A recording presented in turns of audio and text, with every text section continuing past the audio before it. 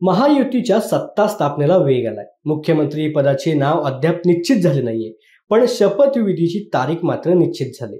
5 डिसेंबर रोजी महाराष्ट्राला 31वा मुख्यमंत्री मिळणार आहे। पण त्याआधीच महायुतीमध्ये खाते वाटपावरून तिढा असल्याची माहिती समोर येते। महायुतीमध्ये शिवसेना शिंदे गटाला 12 ते 13 मंत्रिपदे मिळणार असल्याची माहिती आहे।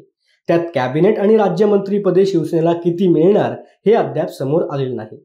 येत्या नव्या मंत्रिमंडळामध्ये 4 नव्या आमदारांना मंत्रिपदाची माळ गळ्यात घालण्याची शक्यता आहे, तर 4 माजी मंत्र्यांना डच्चू मिळण्याची देखील शक्यता वर्तवली जाते।